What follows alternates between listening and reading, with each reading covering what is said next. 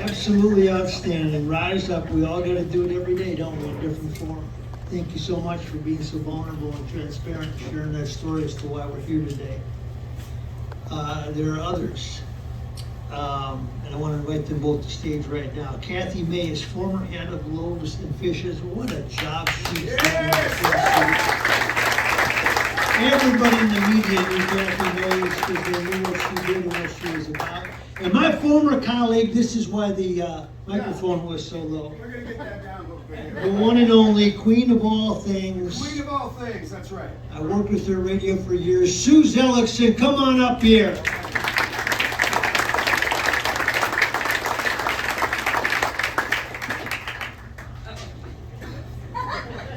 Okay, I still cannot call you Michael.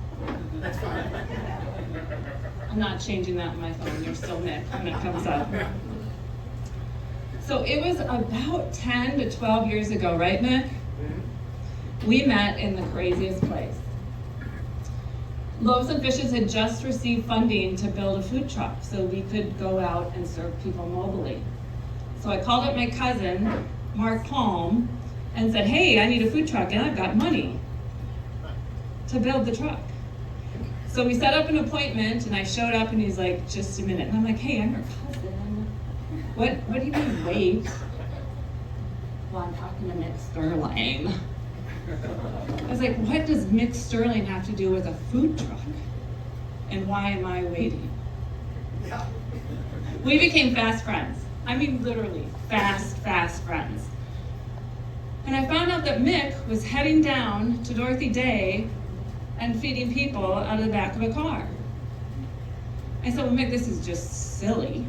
I've got money from a foundation. I can build the truck, why don't we share? And that's what we did. Because we know that you can do better when you do it together. Mick was feeding lunch, and we were sleeping in and feeding dinner. And we did a lot of other crazy things, and Mick will admit to that. We looked to find ways to house people, how to feed them off of boats. I mean, the ideas were ping-ponging left and right. And at the same time, Mick's foundation, the 30 Days Foundation, was a constant. And I will tell you, if you have 5 problems, as Kate would suggest, there were lots of things she was dealing with. There are a lot of things that people are dealing with. If you're hungry, you can't deal with the other 4. And that's where the 30 Days Foundation comes in and helps with those other things. Man, Excel is on my back. I can't pay my rent. I'm in back rent. I'm going to be evicted. And so, for all of you for-profit people, it's easy to sell things. For the nonprofit world, we have to tell you the story of why it's important. And I love Nick. Because of his heart and his passion and the good work that's making a difference in the world. Thank you. And this is my fabulous friend, Sue Zellickson. Have you ever heard of Mike and Jeff? That's our relationship. Anyway, I want to tell you how I met Nick, and it wasn't through his nonprofit, but it got to be for his nonprofit. I was out at the Mall of America, I think 30 years ago when it first started. And I was doing something for somebody else, I don't know what. I wasn't shopping. But anyway, I heard this voice. And I, like a trooper, I just sort of went through the mall until I found Mick Sterling. And from that very moment, we've been really, really good friends. Our paths have crossed in many ways. He's done so much good in so many ways. He's much more than a fabulous singer. Much, much more. He's touched so many homeless people, wealthy people, unwealthy people, people of all sorts, colors, places, ages. I think he should be really the president of the United States of America.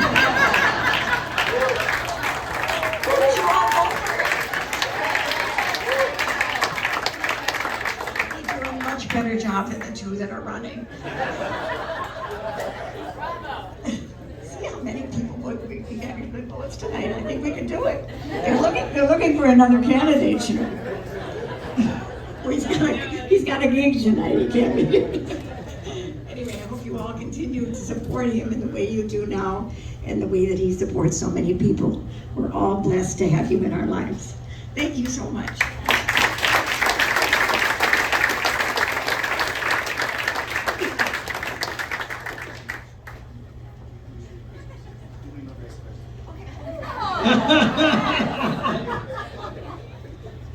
Dick Kramer had a great line when he retired, and they said, what are you gonna do next? He says, well, I'm too old to work for another team and too young to run for office.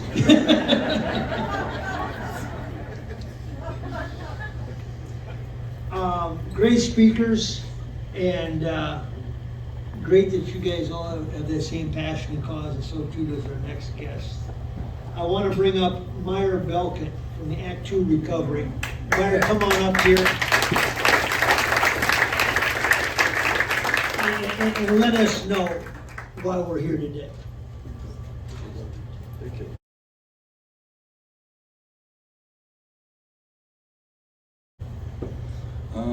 I would vote for you, Mick. I really would. Mr. Bremer, congratulations on your esteemed career. It's great to be here and celebrate you. My name is Meyer Belkin, and first and foremost, I am an addict and an alcoholic.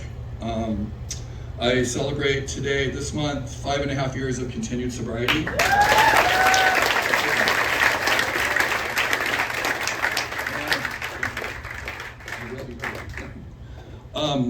5.5 years ago, I was living in a homeless encampment at the quarry off of Stinson.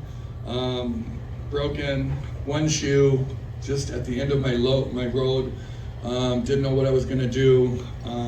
Fortunately, Hennepin County put out a warrant for my arrest as some of the things I've been doing, and I ended up in jail, incarcerated for 5.5 months. It was through the gift of desperation that I decided to surrender to my higher power, which is good orderly direction. And as a result of that, I've done some good work. I have to tell you that Mick came into my life when I was living in an inpatient treatment center called New Way in Minneapolis, and I was on the last day before they were discharging me, and hopefully to go on to sober living and subsidized housing through New Way. And the only roadblock was that I did not have the $150 deposit that it took to get into sober living. And so I had reached out to the 30-Day Foundation and left an email with them, and I had not heard back. And it was in that day that I had started to think, who could I go live with? Because I had burned every bridge in my life. I had nobody left that was going to help me. And sitting on the bed in the treatment center thinking, well, maybe I could couch surf in drug-infested houses and not end up using. And I was actually, toying with that idea. And then by the end of the day, I was thinking, well, maybe I could just fake the UAs that drug court was going to give me and get through it somehow, because I knew that I wouldn't be able to stay sober. And it was in the 11th hour that I opened my email, and I got an email from Mick at the 30-Day Foundation, and he said we'd be happy to pay your $150 sober house deposit. So,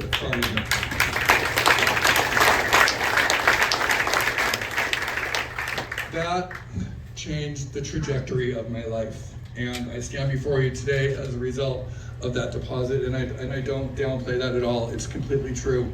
What that afforded me was chapter 2 of Meyer's journey in recovery, and it put me into a sober house where I was able to establish recovery community, connection to that community, and start finding purpose. And it was through that purpose that today I've moved into my life, and 4 years ago I started my company, Act 2, and I now provide today 110 beds for people in early recovery in the Twin Cities.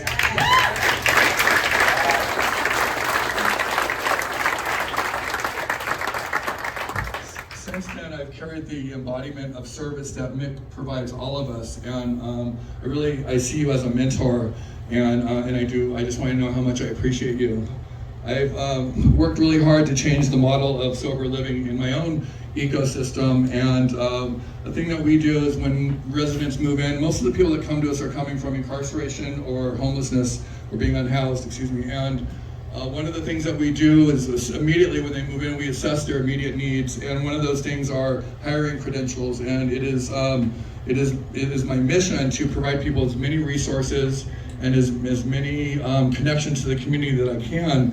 One of the things we do is we make sure that they have their birth certificate, social security card, and identification, and if we have to pay for it out of pocket, we do, but Mick is always willing to help support that cause.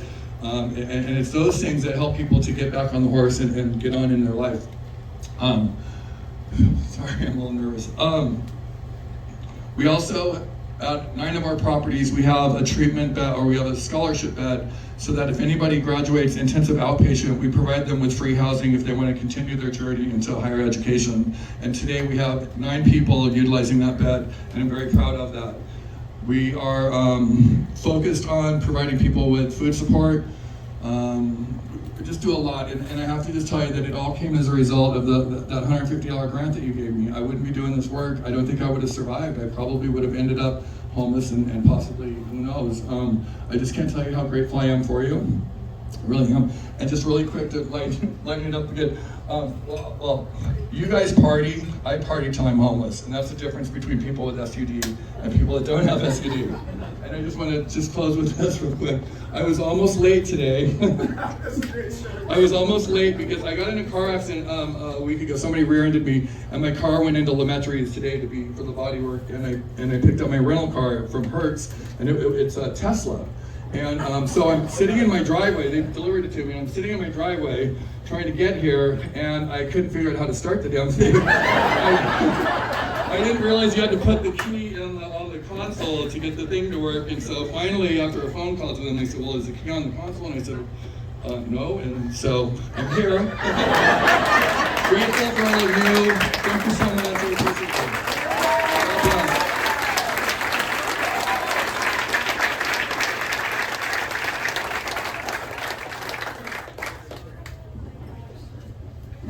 I can't imagine what it was like trying to get that radio started.